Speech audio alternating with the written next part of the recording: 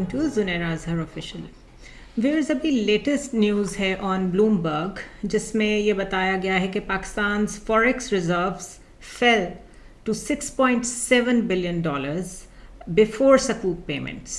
اب اس کا بالکل سادے الفاظ میں مطلب یہ ہے کہ ہمارے پاس اس وقت پیسے نہیں ہیں، اور اگر اس سے بھی زیادہ آپ کو کلیئر ورڈز میں بتاؤں تو اٹ از آفیشیل ناؤ کہ پاکستان کے پاس اس وقت افغانستان سے بھی کم ڈالرز ہیں. ہم جو بہت عرصے سے سن رہے تھے، اپریل میں رجیم چینج ہونے کے فوراً بعد ہم نے سنا تھا کہ پاکستان بیکاز کولیپس کر رہا تھا اکنامکلی، ڈیفالٹ کے قریب جا رہا تھا، اس لیے اس کمنٹ کو ہٹانا بہت ضروری تھا، اس لیے ووٹ آف نو کانفیڈنس لایا گیا. اور اس کے بعد ابھی ہم جب مفتاح اسماعیل فائنانس منسٹر تھے، ڈار صاحب نہیں آئے تھے، اس وقت بھی ہم سن رہے تھے کہ ہمیں ڈیفالٹ سے فائنانس منسٹر بار بار کہہ رہے تھے بچا لیا گیا ہے. اس کے بعد ڈار صاحب آئے تو فردر سنا کہ ہم لوگ بہت بڑے کرائسس سے بچ گئے ہیں، اور ابھی 2 دن پہلے تک بھی میں ٹی وی پہ یہی سب کچھ سن رہی تھی. آف کورس ہمارے میڈیا کی پرائیورٹیز ڈفرینٹ ہیں، تو I always go to the foreign media ان چیزوں کو کنفرم کرنے کے لیے. اور فائنلی سکوک پیمنٹ بھی اگر ابھی نہیں ہوئی ہماری، اور ہمارے پاس پیسے نہیں ہیں، اور ہمارے پاس فوریکس ریزرو صرف 6.7 بلین رہ گئے ہیں، اور کہا یہ جا رہا ہے کہ افغانستان سے بھی کم ڈالرز ہیں ہمارے پاس، تو آپ اندازہ کر لیں کہ ہم اکنامکلی کہاں کھڑے ہیں. اس کے علاوہ ٹیلی نور جو ایک سیلولر کمپنی ہے، وہ تقریباً $1 ارب میں یو اے ای کی ایک سیلولر کمپنی کو اپنے سارے آپریشنز اور سب کچھ سیل کرنے کی کوشش کر رہی ہے. ان کے مذاکرات آپس میں جاری ہیں اور تقریباً لاسٹ سٹیجز پہ ہیں. اگر ایسا ہو جاتا ہے تو یہ دوسری سیلولر کمپنی ہوگی پاکستان میں جو اپنے آپریشنز اور سب کچھ ان حالیہ اکنامک کرائسس کی وجہ سے بند کر کے جا رہی ہے.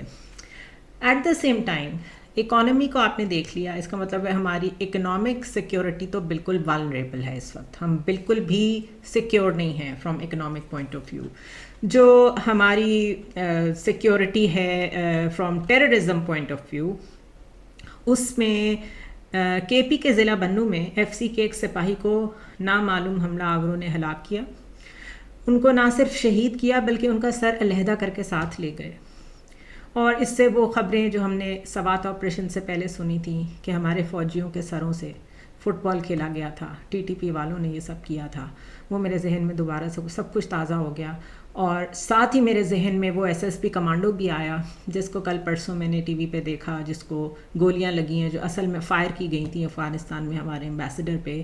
اور مجھے یہ سمجھ نہیں آ رہا کہ یہ جو ہمارے جوان قربانیاں دے رہے ہیں یہ کس لیے دے رہے ہیں، اور ہمارا جو کوئی بھی ایک ایسا ڈیپ ہینڈ ہے ان آرمی اسٹیبلشمنٹ، وہ یہ کیوں نہیں سوچ رہا کہ یہ جو لوگ قربانیاں دے رہے ہیں اس کی کوئی قیمت ہو سکتی ہے کہ نہیں ہو سکتی، اور کیا ان کو ادراک نہیں ہے اس چیز کا کہ اگر آپ اس چیز کا خیال نہیں کریں گے تو پروفیشنلی آپ کس ڈائریکشن میں جائیں گے. اینی وے ان کی زوجہ جو ہیں انہوں نے بتایا کہ تقریباً 20 لوگ رات کو ان کے صحن میں آئے ہیں اور انہوں نے ان کو ٹارگٹ کلنگ کی ہے. اس کے بعد ان کے سر کو لے جا کے مارکیٹ میں ایک درخت سے لٹکا دیا، اور صبح کو جب لوگوں نے دیکھا، قبائلیوں نے دیکھا، تو انہوں نے پولیس کو اطلاع کی. یہ عبرت کا نشان بنایا جا رہا ہے ایک ایف سی اہلکار کو، یہ اس کا میسج ہے. اسی طرح شمالی وزیرستان کے ضلع میر علی میں ایک عالمگیر خان نامی قبائلی رہنما کو بھی معلوم افراد نے گولی مار کر ہلاک کر دیا. اور رپورٹس یہ ہیں کہ یہ اس طرح کے قبائلی رہنما تھے جو کہ ٹی ٹی پی سے گفتگو اور نیگوسیشنز کے خلاف تھے. اسی طرح ڈی آئی خان میں ملیٹنٹس نے ڈی پی او شعیب کے کانوائے پر اس وقت حملہ کیا جس وقت وہ پولیو مہم کو جانچ پڑتال کر رہے تھے کہ کتنی سیکیور ہے اور اس کے سلسلے میں کیا اقدامات کیے جا رہے ہیں، اور اس وقت ان کے اوپر اٹیک ہوا اور وہ بال بچ گئے. یہ ہماری فزیکل سیکیورٹی ہے اور یہ ہماری اکنامک سیکیورٹی ہے. دونوں خبریں آپ کے سامنے ہیں، کوئی اتنی اچھی نہیں ہیں. اب آپ یہ ایک تصویر دیکھیے جس میں Bilawal Bhutto FIFA world cup دیکھنے گئے ہوئے ہیں، اور اس کے ساتھ ہی میں آپ سے یہ دوسری تصویر بھی شیئر کر رہی ہوں جس میں بیسکلی جو میں نے آپ کو بلومبرگ کی خبر بتائی ہے اسی کی ڈیٹیلز ہیں. یہ ساری ایکٹیویٹیز جس ملک میں ہو رہی ہوں کہ وہ ڈیفالٹ کے قریب ہے، ٹیررسٹس نے اٹیک کیا ہوا ہے، اور اس کے جو